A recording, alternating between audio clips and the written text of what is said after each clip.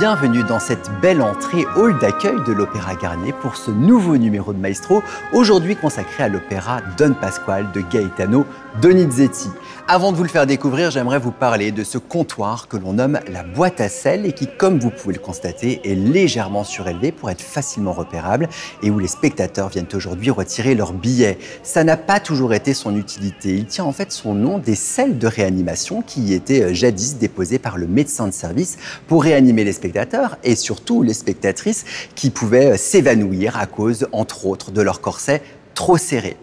Pour revenir à notre opéra, Don Pasquale est un homme âgé, riche, célibataire qui s'oppose au mariage de son neveu avec une veuve sans fortune. Vous allez voir que ses projets pour faire échouer ce mariage seront contrariés par son médecin, le docteur Malatesta, son rusé et confident qui va prendre parti pour le jeune couple.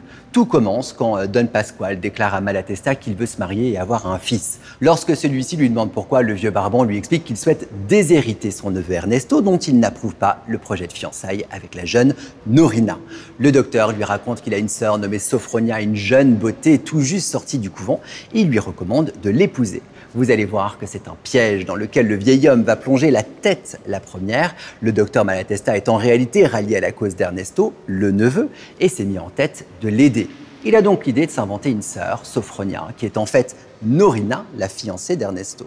Le plan est de pousser Don Pasquale à épouser Norina pour mieux le manipuler. Et dans ce premier extrait, découvrez justement Norina qui devient ce personnage de composition de Sophronia.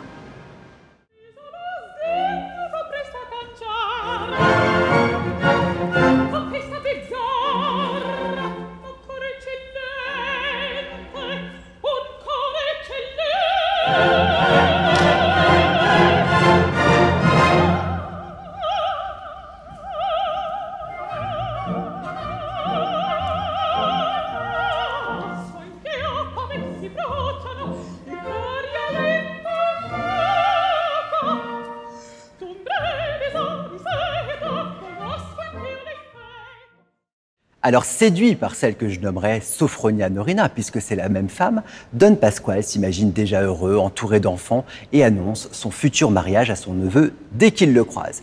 Mais Malatesta n'a pas eu le temps de mettre au courant Ernesto de la ruse, et celui-ci tombe des nues lorsqu'il apprend que sa promise va épouser son oncle. Le neveu a l'impression d'avoir été trahi par son ami Malatesta, et envisage alors de s'exiler loin de ses terres. C'est l'objet de ce très bel extrait.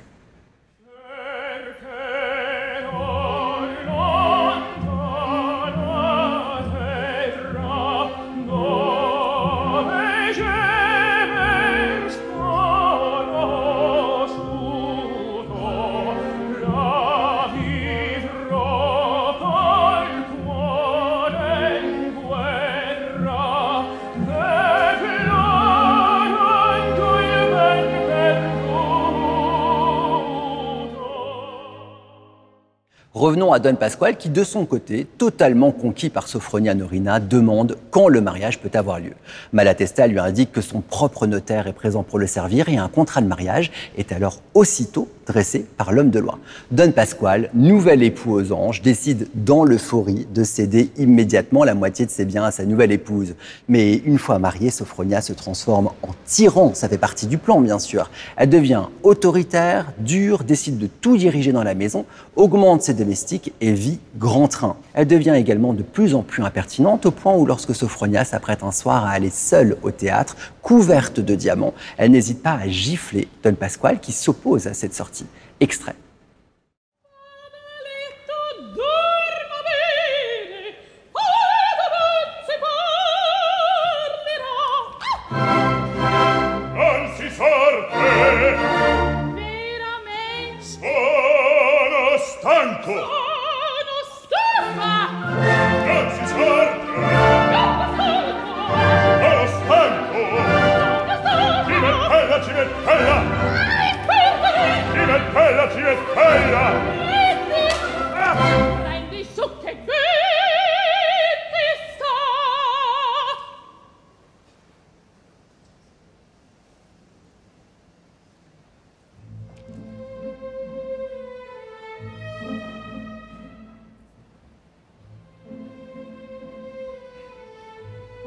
È finita Don Pasquale, è finita Don Pasquale.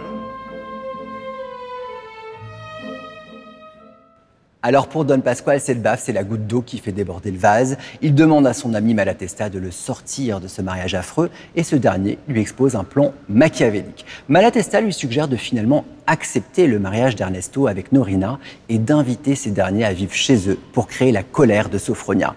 Bien sûr, notre Sophronia Norina est dans le coup. Elle joue le jeu, jurant qu'elle préfère quitter la maison plutôt que de cohabiter avec la jeune femme. Et Don Pasquale tombe dans le panneau et accepte sur le champ le mariage de son neveu avec Norina, voyant dans ce stratagème un moyen rapide de se débarrasser de la mégère qui lui fait vivre l'enfer. Don Pasquale, soulagé, serre la main de Malatesta avec joie dans cet air spectaculaire où les chanteurs chantent à un rythme effréné. Ce possiamo, tira tutto, dir possiamo, tutto, dir possiamo. Veniva da giù la breve di calcoli, si va da giù la breve di calcoli, non so che fabbrica castellinari, la nove dei semplici, la nove dei semplici, la nove dei semplici, che nella trappola da semplici, la nove dei semplici, che nella trappola da semplici, che nella trappola da semplici. Aspetta, si caglia, non può scappare, si caglia, non può scappare, si caglia, non può scappare.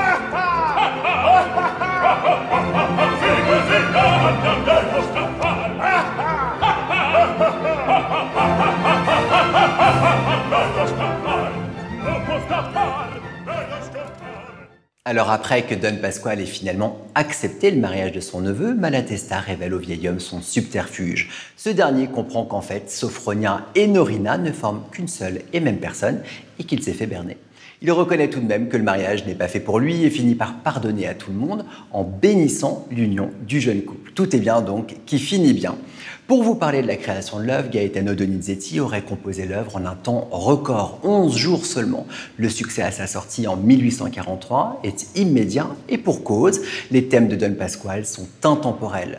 L'angoisse de l'homme face à sa dégénérescence physique, sa postérité, le rôle de la femme dans un couple, la différence d'âge, bref, des sujets qui continuent de faire parler.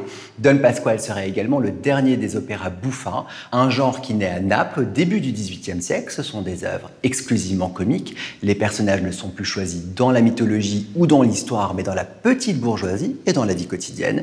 Et enfin, fini les interminables récitatifs, place à la rapidité, à la légèreté et à l'euphorie. Voilà ce qu'on pouvait dire de Don Pasquale, dont les extraits proposés sont tirés d'une captation de la mise en scène de Damiano Micheletto, ici à l'Opéra Garnier, en 2018. Et c'est de ce splendide salon du soleil de l'Opéra Garnier, avec ses jeux de miroirs dans lesquels les visiteurs se reflètent et se démultiplient à l'image des héros de Donizetti, que je vous dis à très bientôt pour un nouveau numéro de Maestro.